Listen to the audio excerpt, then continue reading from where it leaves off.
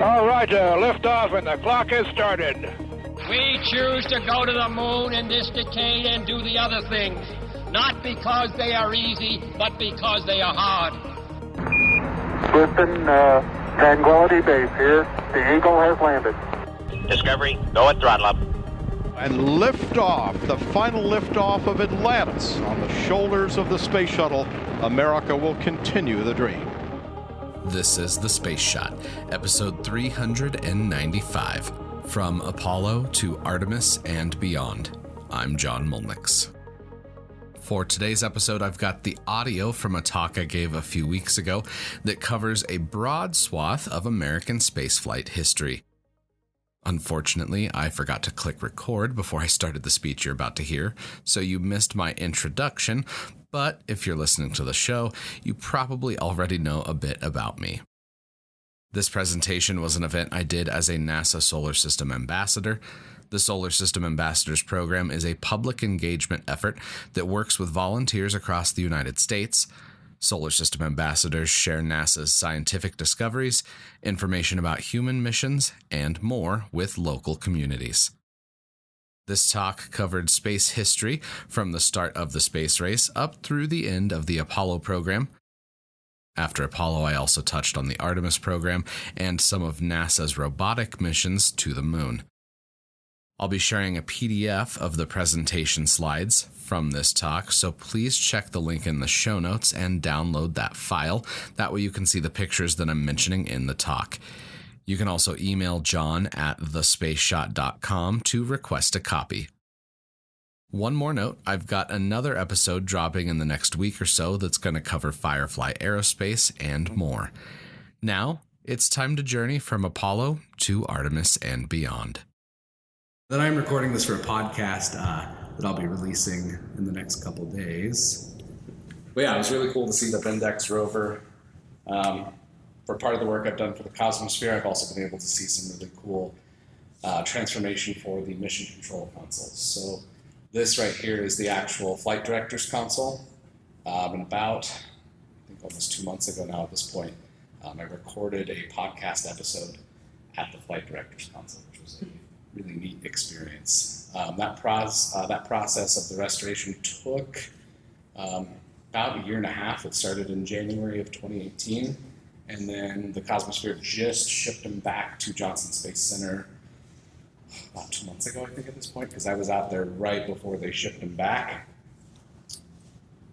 I've been pretty lucky to take some very nerdy space vacations from the West Coast with SpaceX in Hawthorne, California, all the way to the East Coast with the first launch pads where America sent its first satellites and astronauts into space. And tonight, we're going to be talking about Apollo and Artemis, the past, present, and future of lunar exploration. NASA's road to the moon wasn't an easy one. It was actually pretty quick. But before we dive into the Apollo program and then Artemis, we're just going to go over a quick history of the space race tonight.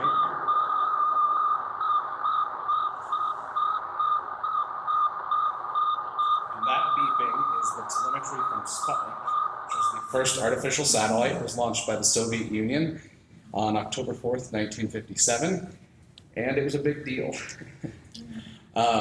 It really spurred the United States and got the whole space race basically going after that launch. Early U.S. missions weren't as successful as the Soviets, or so we thought. It ends up now with more current research. The Soviets' early missions weren't as successful as they liked the world to believe. Just want to hear. Amazing what propaganda can do. Got a video here real quick. And for some reason I can't click it on my iPad. So America's first attempt to launch a satellite, a 6.5-inch sphere weighing just over 3 pounds, was checked out by scientists and declared ready. A great wave of advanced publicity focused attention at Cape Canaveral, Florida, for the launching of Test Vehicle 3 of Project Vanguard, a preliminary to the scheduled launching of a 21-pound satellite in March. What happened is already unhappy history. Another setback for the United States in the race into outer space. Here are official Defense Department films of the launching of the 72-foot missile, a loss of thrust, and fall back to Earth in split seconds.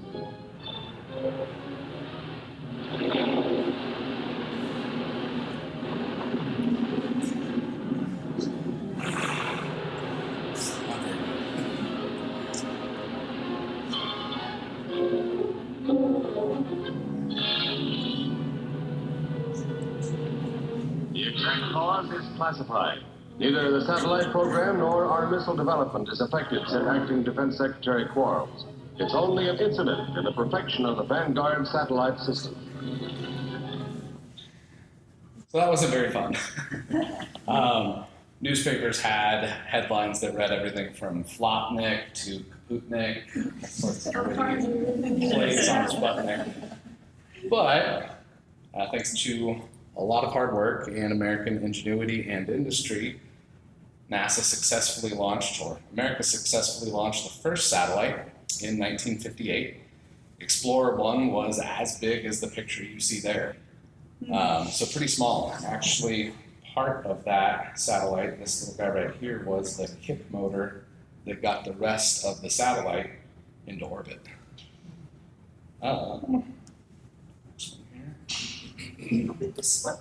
Sputnik was about this big wide.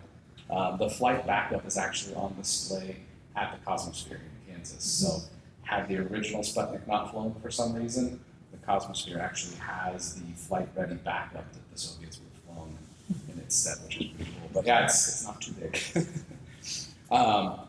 There are some other reasons that America actually did not launch into space first. President Eisenhower wanted to get the concept of overflight, peaceful overflight as it were, for satellites, basically accepted as an international norm. At the time, we were flying spy planes over Russia or over the Soviet Union, and those flights were over Russian airspace. With a satellite, you're up in space, you're not technically in the country's airspace, so he wanted the Russians, the Soviets, to go first to make it legal, basically, as it were. There's an awesome blog post by a space historian named Roger Longinus, and after the talk, if you want the link to that, I'd be more than happy to give it to you, but he goes over the details on why Eisenhower pushed to launch a little bit later. After that, we're moving on to human spaceflight. On the Mercury 7. One of my favorite things about this picture, if you look at their shoes, John Glenn, they didn't have their actual flight boots ready, so they took combat boots and painted them silver. So Deke Slayton and John Glenn are the unlucky guys that have the combat boots in this picture. For Project Mercury, there were 6 crewed missions. They used the Mercury Redstone and the Mercury Atlas. The Redstones are going to be in the top 2 left. Those were suborbital flights, so peaking up into space and then coming back down on a ballistic trajectory. So basically, like if you were to take, a bow and arrow, shoot it up at an angle, it's going to peak and then come right back down. This helped NASA develop the basics for spaceflight. At the time, it wasn't even known if humans could eat in outer space, so it was testing things like eating and making sure you could swallow. That sort of thing. I've got a video here. So keep in mind, when President Kennedy announced the goal of landing a man on the moon, America had a total of 15 minutes, 28 seconds of human spaceflight experience, and that was from Alan Shepard's first launch. So, not even a full half hour. The dramatic achievements in space which occurred in recent weeks should have made clear to us all, as did the Sputnik in 1957, the impact of this adventure on the minds of men everywhere who are attempting to make a determination of which road they should take.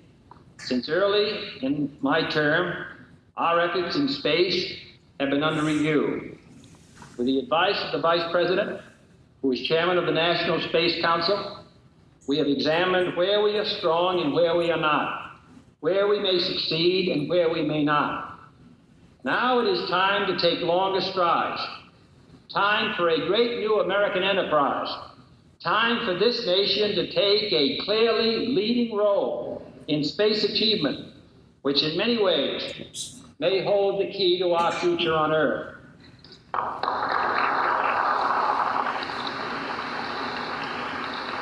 I believe we possess all the resources and talents necessary, but the facts of the matter are that we have never made the national decisions or marshaled the national resources required for such leadership. We have never specified long-range goals on an urgent time schedule or managed our resources and our time so as to ensure their fulfillment. I therefore ask the Congress, above and beyond the increases I had earlier requested for space activities, to provide the funds which are needed to meet the following national goals. First, I believe that this nation should commit itself to achieving the goal before this decade is out of landing a man on the moon and returning him safely to the Earth. No single space project in this period will be more impressive to mankind or more important for the long-range exploration of space, and none will be so difficult or expensive to accomplish. So a pretty bold decision to commit to a moon landing after 15 minutes, 28 seconds of spaceflight. Basically, the thought was that NASA and the Soviets, that America and the Soviet Union would be on the same footing for developing boosters that were big enough to get humans to the moon. So that was why the Space Task Group recommended that NASA pursue something as audacious as a moon landing. Project Gemini followed Project Mercury. There were 10 missions. This basically provided, this is the proving ground for Apollo. So Gemini helped prove rendezvous and docking maneuvers, extravehicular activities, and long-duration spaceflight. The Gemini spacecraft, which is a little tiny guy right up at the top of the rocket, is basically, the two seats are about the size of my Honda Civic's front two seats. During one of the Gemini missions, Jim Lovell and Frank Borman spent 14 days inside of that small little spacecraft. And at the end of it, the transcripts, they were complaining about where to store certain things. Frank Borman even tried to hold out as long as he could to not go to the bathroom in that kind of environment. I can't say that I blame him. This is one of my favorite launch pictures. It's Gemini 10. It's a multiple exposure. That arm would actually be retracted, but I think it's kind of cool how it shows it swinging back there. And then the famous Rice University speech. This is probably something you've seen, but it's one of my favorites, so we're going to play it here. There is no strife, no prejudice, no national conflict in outer space as yet. Its hazards are hostile to us all. Its conquest deserves the best of all mankind, and its opportunity for peaceful cooperation may never come again. But why, some say, the moon? Why choose this as our goal? And they may well ask, why climb the highest mountain? Why, 35 years ago, fly the Atlantic? Why does Rice play Texas? We choose to go to the moon. We choose to go to the moon. Gotta get the crowd going on a hot day. We choose to go to the moon in this decade and do the other things, not because they are easy, but because they are hard. Because that goal will serve to organize and measure the best of our energies and skills. Because that challenge is one that we're willing to accept, one we are unwilling to postpone, and one we intend to win, and the others too. It was a pretty toasty day at Rice University there. What was that? Oh, I thought somebody asked something. That speech took place on September 12th, 1962, just a little over a year, and I guess a couple months later, President Kennedy was assassinated in November of 1963, so he never got to see America reached the moon. After Jimmy, NASA moved on to Apollo. And this is a really cool image I found online. It's a bunch of NASA pictures, but a Wikimedia user decided to edit them all together, which is pretty cool. Showing every Saturn V launch from Apollo 4 to the uncrewed Skylab mission all the way over there on the right. And before we had any successful Apollo launches, there was the Apollo 1 fire. January 27th, 1967, Gus Grissom, Ed White, and Roger Chaffee died in a test, a plugs-out test, where the spacecraft was basically simulating a countdown. Due to a lot of different things, mainly the pure oxygen atmosphere and some flammable materials that somehow made it in the capsule, there was a spark and all 3 astronauts perished on the pad. But it didn't deter NASA.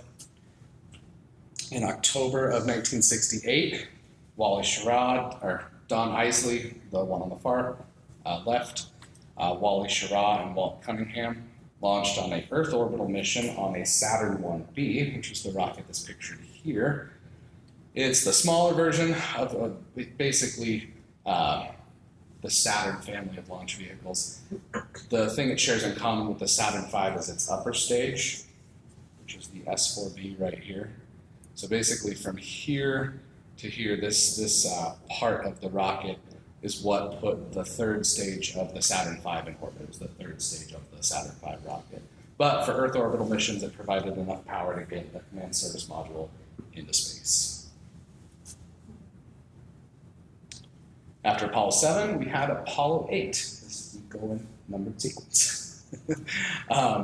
Launched in December of 1968, Frank Borman, Bill Anders, and Jim Lovell were the first humans to leave the gravitational confines of Earth and enter orbit around the moon. To do that, they needed a lot more powerful rocket, which was the Saturn V, stood 363 feet tall, and to this day is the most powerful rocket to have ever successfully flown. Bill Anders put it quite funny in the debrief for the Apollo 8 mission.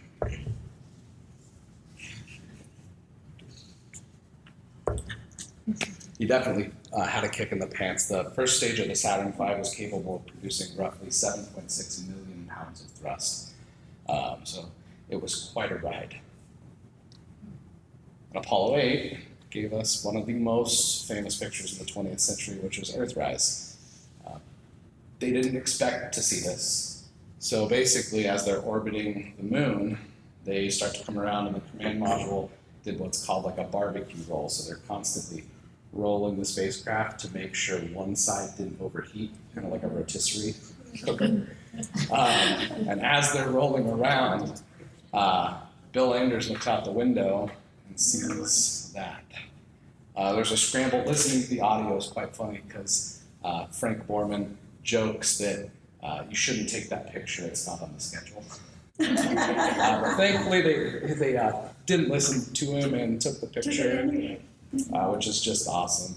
And it's been said by the crew of Apollo 8 that their mission was to go explore the moon, but what they ended up really discovering was Earth. Apollo 9.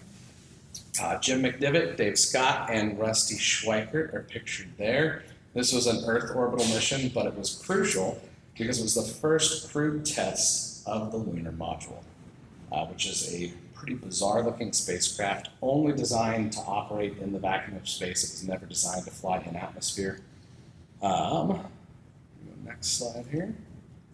And that leads us to Apollo 10. We have Gene Cernan, John Young, and Tom Stafford there in front of their Saturn V launch vehicle. And this was the dress rehearsal for Apollo 11. And what they did was they took their lunar module Snoopy and snooped around the Apollo 11 landing site, coming to within about 50,000 feet of the lunar surface before returning to rendezvous with the Apollo command module named Charlie Brown. And we've got a picture of Snoopy and the astronauts walking out there, which is pretty funny. And this is just a more detailed view of the lunar module, showing everything from the landing legs to the surface, the sensing probe down there. There's a video I'm going to show you a little bit later, so I want you to keep in mind that surface sensing probe, because that's how the astronauts knew when they were close to the lunar surface. Pretty gangly looking spacecraft, but it did the job that they needed it to do. And is it so that they weren't sure but what it might even sink quite a ways down into? Would it be super? Yep, they were uncertain about the composition of the lunar surface. There were some people that thought the astronauts would like sink in. There was a lot of unknowns about the moon, and actually, I wouldn't have time in the presentation, but I've got top 10 discoveries of the Apollo missions, a little handout pamphlet back there, so if you want to take that before you go tonight, it goes over a lot of those scientific discoveries. And here we've got the crew. Neil Armstrong, Michael Collins, and Buzz Aldrin. And Buzz and Neil were the first 2 humans to step foot on the surface of another world. This is one of the coolest pictures ever. It shows Apollo 11 at liftoff next to the American flag. And then if you look closely, there's kind of a vapor cloud right there. That happens when vehicles start to pass through. It's like the transonics, and when they start to move fast enough, air condenses around them and has that little shock wave there. I forget the exact technical term, but it looks cool. And then once the astronauts were on their way to the moon, it was time to eventually undock. And this is a picture that Michael Collins captured. It was one of my favorites that I found while researching the 50 days of Apollo 11 posts for the Cosmosphere. And it shows the lunar module upside down to us, and Michael Collins. And he jokingly said in the mission that, quote, "I think you've got a fine-looking flying machine there, Eagle, despite the fact that you're upside down." One of the books I highly recommend is Carrying the Fire by Michael Collins. He's got quite a wit that I don't think everybody appreciates until you actually see interviews with him or read his autobiography, which is great. This image and a lot of others were actually captured on a medium format Hasselblad camera, which just provided, and you can't really see it on this screen, but incredible detail of the lunar surface, of the limb, of the command module. This is a video. This next video is going to show us the landing stage. And there's a, let's see. Why isn't it? Hold on 1 second. There we go. So it's a couple minutes long, but it's worth it. Basically, this goes from the go, no go for landing to touchdown. And what is crazy is just how close they were being to running out of fuel for the Apollo 11 landing. So I'm going to just play this. I'm not going to talk. There's lots of mission commentary. There's also shows the pitch angle of the lunar module, their altitude, any computer alarms that they get, and then there's also commentary up here. It was produced by the people with the Apollo Flight Journal, and it's just an excellent resource. That's worth reading through if you have a lot of time. Altitude 52. Okay, all flight controllers, gonna go for landing. Retro. Go. Righto. Go. Guidance. Go. Control. Go. Telcom. Go. GNC. Go. Econ. Go. Surgeon. Go. Capcom, we're go for landing. Altitude 4200. Houston, you're go for landing. Over. Roger, understand. Go for landing. 3,000 feet. Copy. Alarm. 1201. 1201. Roger, 1201. Same type, we're go, flight. Okay, we're go. We're go. Same type, we're go. Flight cycle right on. Real good. 2,000 feet. 2,000 feet. Into the egg. 47 degrees. Roger. 47 How's the degrees. margin looking, Bob? It looks okay. We're about 4.5. Roger. Eagle looking great. You're go. Altitude up in here. Altitude 1600. 1,400 feet, still looking very good. Roger, 1202, we copy it. How you doing, Control? 35 We're doing good, you're fine. All right, how about you, Telcom? Go, guidance, you have me? Go. 50. Go. 40 degrees. 700 feet, 21 down, 33 degrees. 100 feet down at 19. 540 feet down at 30, down at 15. Attitude hold. Okay, at hold. Think we better be quiet. Roger. 400 feet down at 9. Okay, the only call outs from now on will be fuel. Skate forward. 1050 feet down at 4. P60. 30, 6.5 down.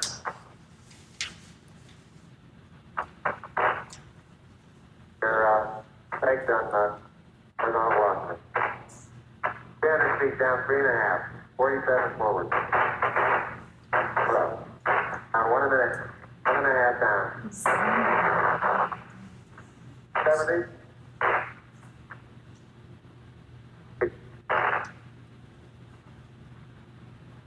Every shadow up there. 50 down at 2.5. 19 forward. Okay, Bob, I'll be standing by for your call out shortly.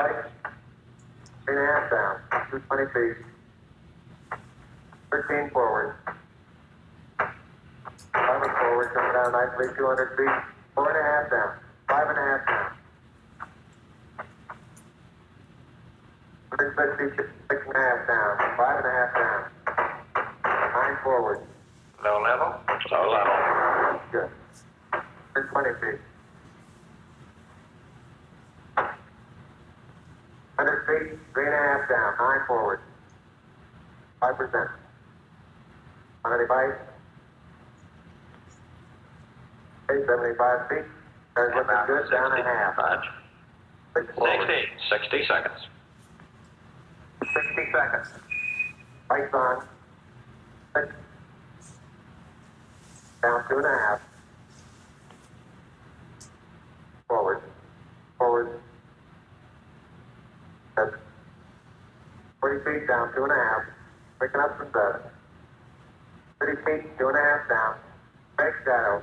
Stand by for 30. 4 forward. 4 forward, drift into the right a little. 30 seconds. 1.5. 30 seconds. Forward. Okay.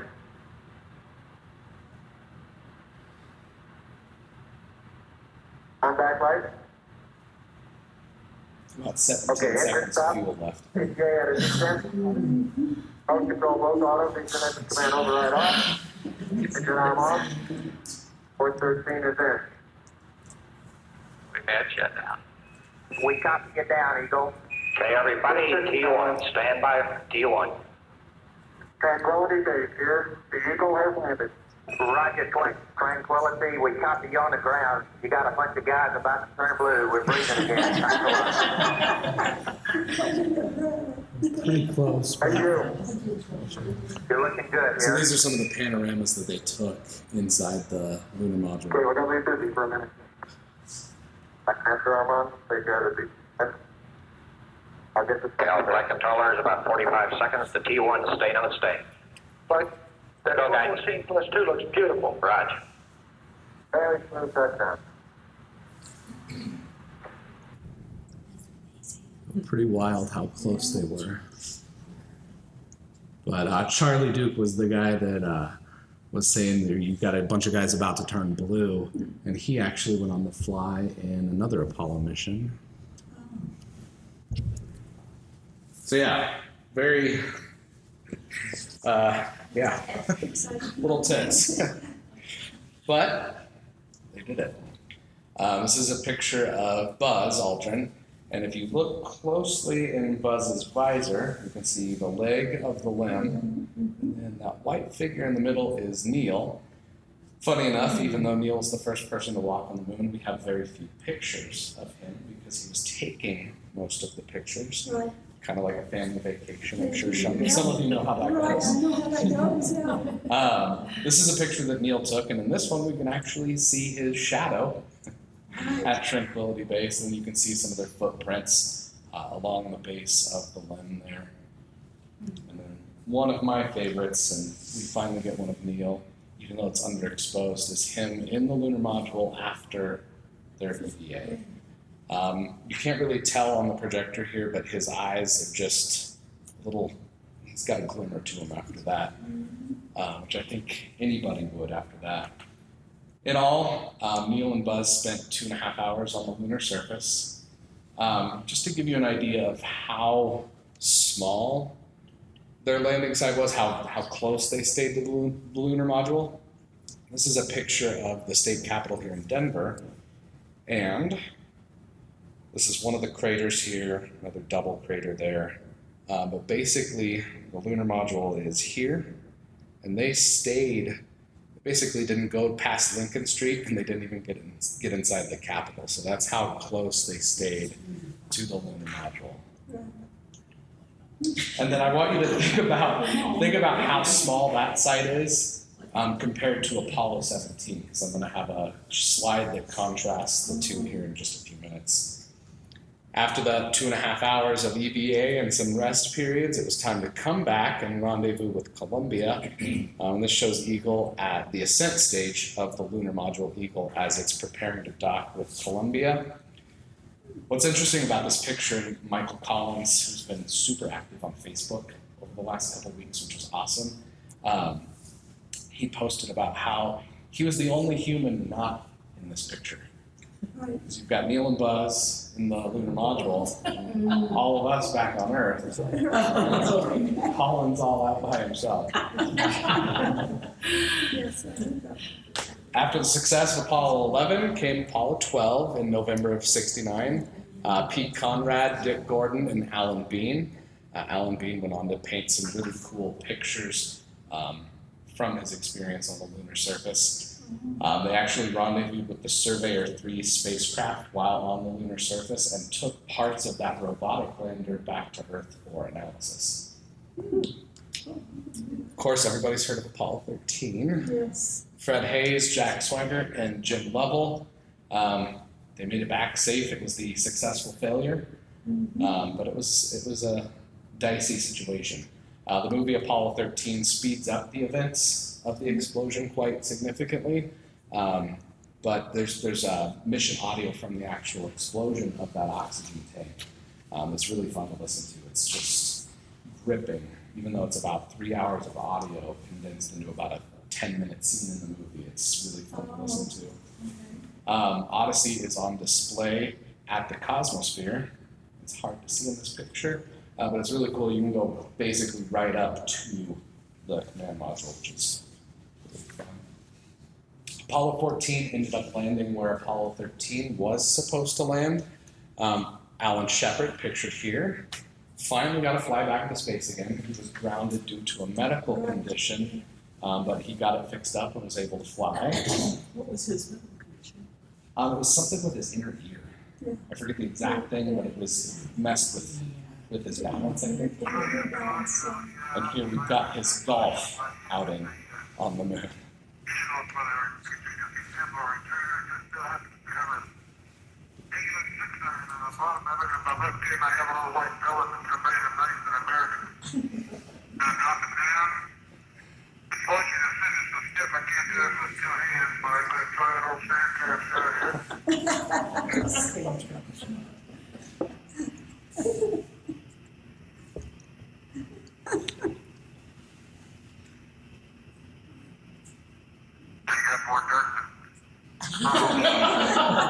Got a crit.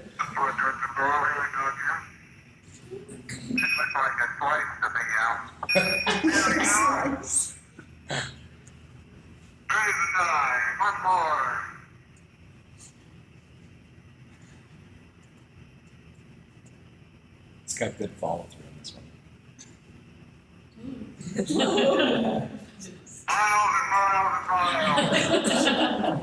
I think all of us would like to have a tee shot at 1/6 gravity.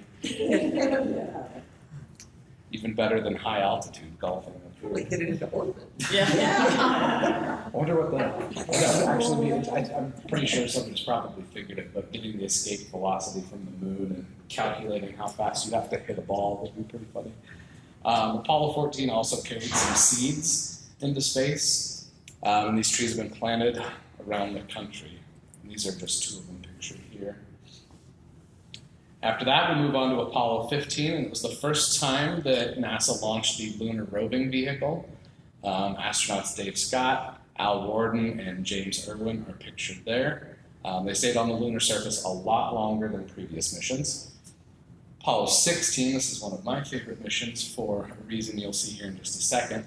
You had Kim Mattingly, John Young, and Charlie Duke. Charlie Duke was the Capcom during the Apollo 11 landing, so you heard him earlier. And here's why this mission's fun. John Young had a lunar Grand Prix of sorts, and you can see him kind of popping a wheelie here with the rover. And then if you look behind it, you can kind of see some like rooster tails of lunar dust. So it didn't have a very fast top speed, but he put it through its paces nonetheless. He was goosing it, definitely. An astronaut after my own heart. Then the final mission. Apollo 17 launched in December 1972. Jack Schmitt was the first geologist on the moon, so the first scientist. Gene Cernan and Ron Evans. And that's just the only time that a scientist has walked on the moon, so hopefully that's going to be changing here in the next couple of years. It was also the first night launch of the Saturn V. And the lunar roving vehicle allowed them to explore a huge part of the lunar surface, as you're going to see here in a second. They also brought back 242 pounds of lunar surface materials. Here's how far they went. This is New York. Up here you see the Intrepid, which is a museum on an old aircraft carrier, the USS Intrepid. They basically went down to Williamsburg Bridge, basically up into, I think, like New Jersey at that point. So they covered a lot of ground. When you compare that to Apollo 11, they were on the deck of the Intrepid, basically. They stayed a little bit closer. And here's that slide of the Capitol again, too. So next time you walk at the Capitol, you basically walk to like the steps on the west entrance all the way down to the street. That's about as far as Nolan Buzz went. These are the landing sites from 11 to 17. And then, of course, after Apollo, we had the Apollo Applications Program, which gave us some other missions. I wish I had more time to go into Skylab in detail, just because it's a really cool mission. It was the first time that we had long-duration spaceflight. And also, contrary to what you may have heard from a Harvard Business School study, there was no mutiny on Skylab 4. That is a urban legend that will sadly not die. Author David Hitt wrote a book with a bunch of the Skylab astronauts, and basically there's the whole story of what actually happened versus what the Harvard Business School author thought happened. And basically that one paper that's been studied in Harvard Business School studies has propagated a myth of a mutiny that did not happen. After Skylab, we had the Apollo-Soyuz test project, and if you remember way back at the beginning of the presentation, we had Deke Slayton. He was one of the guys that didn't have the fancy boots. He was grounded, I think it was like AFib, so he had a heart condition that grounded him. He was finally able to fly, along with Tom Stafford and Vance Brand, and then Alexei Leonov and Valery Kugasev. And that was the last mission on Apollo hardware. All the other Apollo hardware is on display in museums around the country. Sadly, there wasn't any more missions after that, but Apollo 17 ended on a really high note, and it really set the groundwork for what NASA's going to be doing with the Artemis program in the next decade plus. But before we get to Artemis, we need to talk about a robotic mission, the Lunar Reconnaissance Orbiter. It's imaged the moon in incredible detail, both the near side and the far side.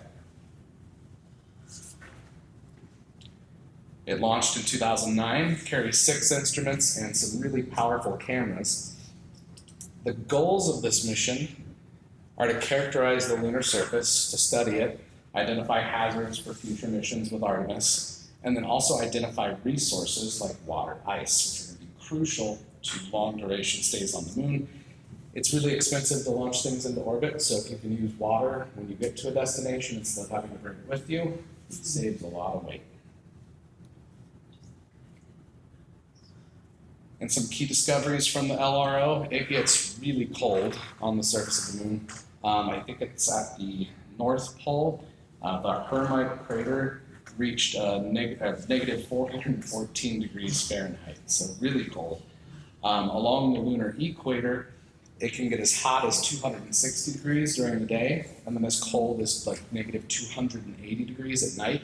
So we think our temperature swings are bad here in Colorado. A lot worse on the moon. That presents a lot of challenges for designing habitats and spacecraft that can withstand a 500 plus degree temperature swing from day to night. The lunar days and Earth days are a little bit different, so it's not like a 24-hour swing, but still spacecraft have to be able to withstand a big swing in temperature. Here's a representation of where they think some subsurface ice is, near the Shoemaker crater. LROs also imaged lunar pits, which are really interesting features. This one right here is 100 meters or 107 meters deep. These are key targets for future lunar exploration missions. And that is what brings us to Artemis. NASA actually just released the logo for Artemis. It's pretty cool, a little retro throwback. It's better than a lot of logos out there. And there's a short little video here, real quick. And it's got Gene Kranz in it, so anything with him makes me a happy camper. 50 years ago, we went to the moon. We called it Apollo. What many people don't know is that Apollo had a twin. She was a woman named Artemis, goddess of the moon. We are returning to the moon as a new generation of explorers. This time to stay. And to prepare to achieve humanity's next giant leap of sending the first human missions to Mars. We believe our course will redefine what is possible. That we would discover life-saving, earth-changing science. And that the challenges ahead will inspire generations. This is our manifest. For all who wondered if we could return. For all who dreamed of pressing beyond. This is your calling. We go for all of America. We go. We go as the Artemis generation. We go. Very soon, too.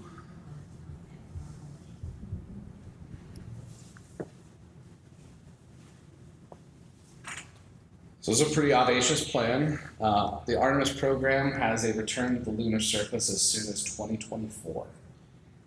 There's a lot of work to be done still, but it is a deadline that we're pretty certain it's going to be met. One of the exciting things about the Artemis program is a mission to the lunar South Pole, which is a region that's never been explored before. And then NASA wants to establish a permanent sustainable human presence on the moon by 2028. They're going to be working with international partners as well as commercial partners to make this happen. And one of the components of making that happen is the Orion spacecraft. It can hold up to 4 astronauts on missions to cislunar and deep space. It also provides the capability with the Orion capsule up top there, of being able to return directly to Earth from deep space, which is nice for safety. Orion's going to launch on the Space Launch System, which is pictured here. Uses a lot of shuttle technologies from the solid rocket boosters to the RS-25 main engines down there. Once the Block 1 is not going to be as powerful as the Saturn V, but by the time NASA's flying the more powerful Block 2 version, it will be more powerful than the Saturn V rocket. The other component is the Gateway, which is basically a station that's going to be orbiting the moon. It's going to be assembled much like the International Space Station was assembled. It's going to allow NASA to go directly to the lunar surface from lunar orbit, and then also be able to potentially launch from the Gateway to deep space targets away from the moon or Earth.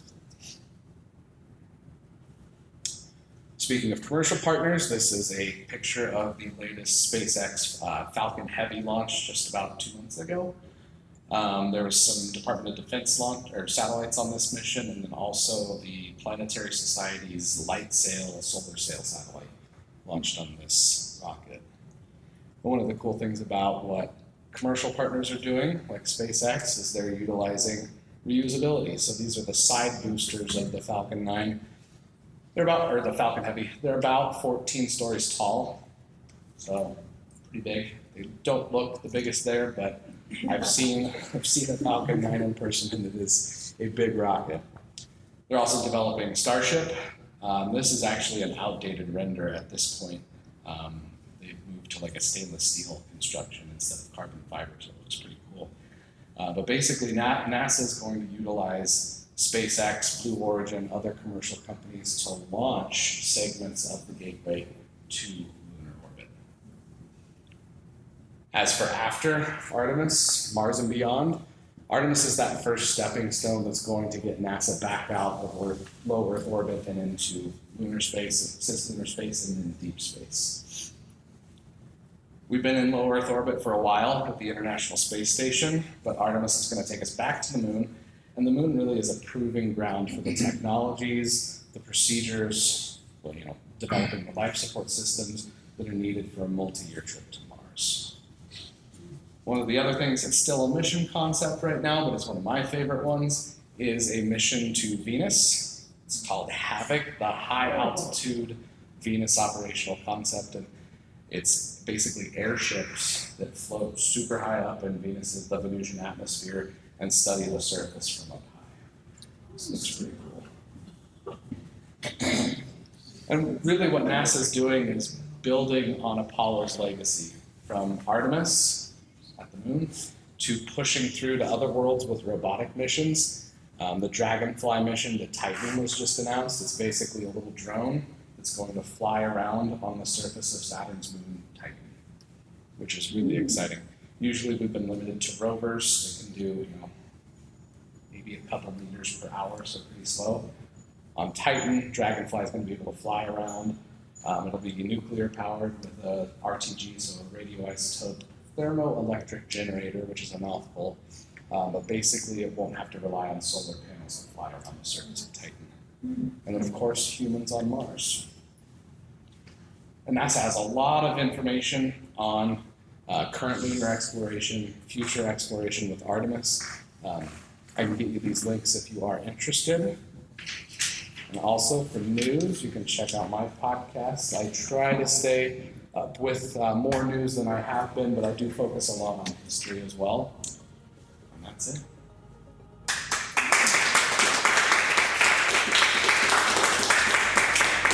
I have a call-in number if you'd like to ask a question or leave a comment.